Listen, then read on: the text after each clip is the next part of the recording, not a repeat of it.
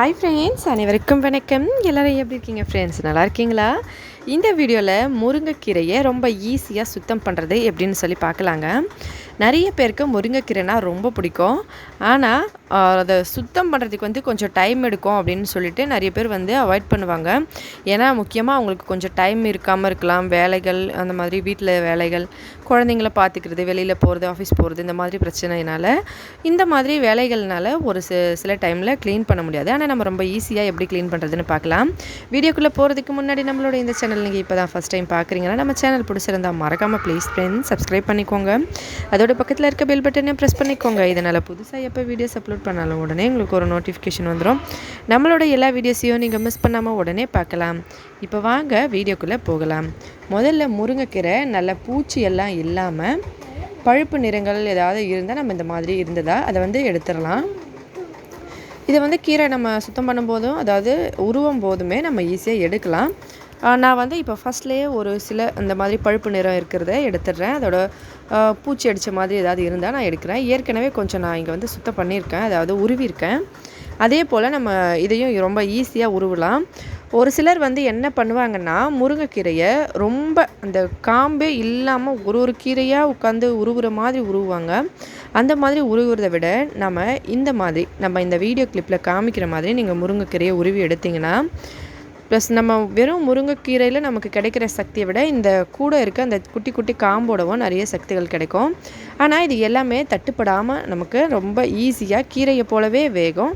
அதுக்கான டிப்ஸ் தான் நம்ம பார்க்க போகிறோம். கீரையை இந்த மாதிரி எடுத்து முழுசாக அப்படியே இந்த மாதிரி பிடிச்சிட்டு, இந்த மாதிரி பெரிய இது இருக்கு இல்லைங்களா, அதை பிடிச்சி அப்படியே இழுத்துட்டு கீரையை இப்படி பிடிச்சி இப்படி பிச்சிடணும்.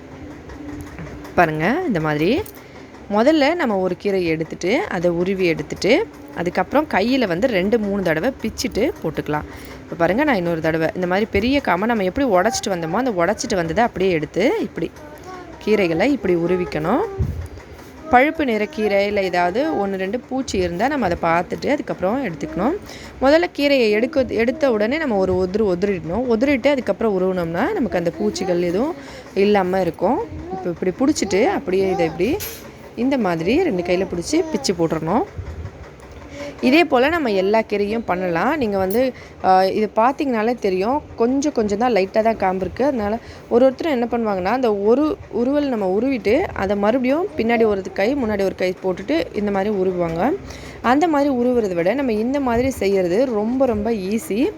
உங்களுக்கு பிஸியாக இருக்கீங்க, வேலையாக இருக்கீங்க, ஏதாவது டைம் கிடைக்கல அப்படின்னும் போது கூட நீங்கள் இந்த மாதிரி உருவிட்டு நம்ம இதை உருவி முடித்து அப்புறமா இன்னொன்று பண்ண போகிறோம். அது என்னென்னு பார்க்கலாம். ஃபர்ஸ்ட் ஆஃப் ஆல் இந்த மாதிரி எல்லாத்தையும் உருவிட்டு இப்போ ஒரு வேளை ரொம்ப பெருசாக இந்த மாதிரி இருக்கிறத அப்படியே பிச்சுட்டு இதில் போட்டுடலாம். அவ்வளோதான். ரொம்ப ஈஸியான மெத்தடுங்க. நீங்கள் ட்ரை பண்ணி பாருங்கள். கண்டிப்பாக உங்களுக்கு ரொம்ப ஈஸியாக சுத்தம் பண்ண முடியும். டைமே கிடைக்கலன்னா கூட நீங்கள் பட்டுன்னு இதை சுத்தம் பண்ணிடலாம். நான் இந்த மாதிரி எல்லாத்தையும் க்ளீன் பண்ணிடுறேன். நார்த் சைட்லாம் பார்த்திங்கன்னா ரொம்ப முருங்கைக்கீரையை ரொம்ப வித்தியாசமான விதமாக செய்வாங்க.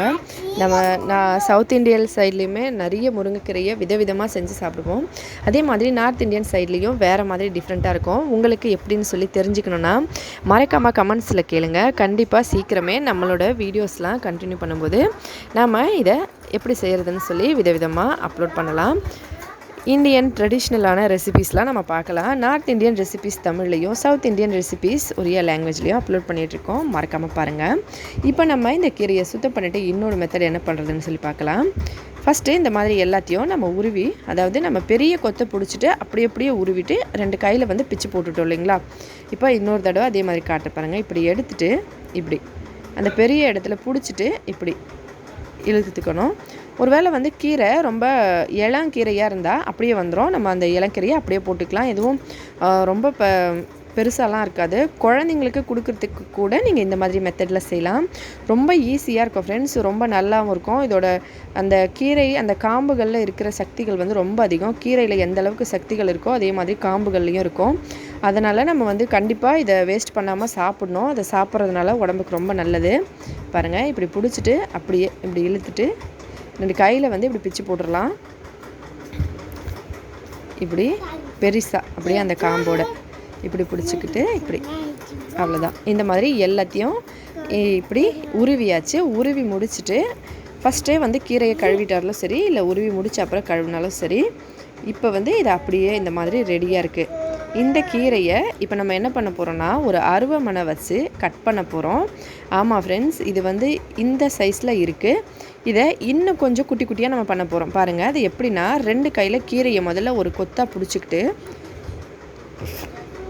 கொத்தாக பிடிச்ச கீரையை 2 பக்கமும் நல்லா கெட்டியாக டைட்டாக பிடிச்சிட்டு, அதுக்கப்புறமா நம்ம அருவாமனையில் வச்சு கட் பண்ணணும்.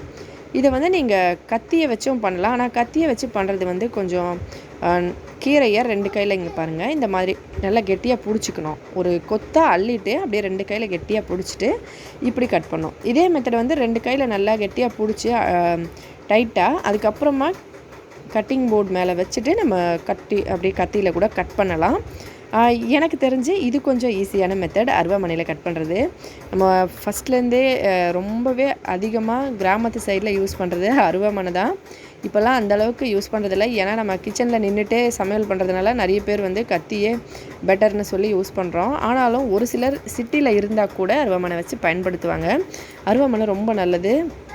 இந்த மாதிரி பொருள்லாம் ஈஸியாக கட் பண்ணிடலாம். பாருங்கள், கீரையை ஒரு இடத்துல நம்ம அப்படியே கெட்டியாக பிடிச்சிட்டு அது வந்து அப்படியே இந்த பக்கம் அந்த பக்கம் லீக் ஆகாமல் இருக்க இப்படி பிடிச்ச கீரையை நல்லா 2 கையில் இப்படி இப்போ அப்படி நல்லா வந்து ஒரு கையில் பிடிச்சிட்டு லாக் ஆன மாதிரி ஆகிடுச்சு இல்லைங்களா, அதை அப்படியே வச்சு இப்படி அருவாமனையில் போட்டு 2 கையில் லாக் பண்ண மாதிரி இப்படி கட் பண்ணிட்டோம்னா கீரை நமக்கு எந்த அளவுக்கு குட்டி குட்டியாக தேவையோ அந்த அளவுக்கு இது வந்துடும்.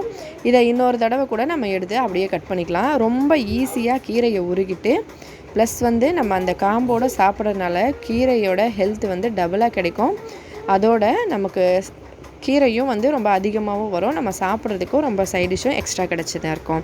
ரொம்ப நல்ல டிஃப்ரெண்ட்டான டேஸ்ட்டில் நீங்களும் சமைச்சு பாருங்கள். முருங்கைக்கீரை உடம்புக்கு எவ்வளோ நல்லதுன்னு சொல்லவே தேவையில்லை. எல்லா ஃப்ரெண்ட்ஸுங்களுக்குமே தெரிஞ்சிருக்கும்.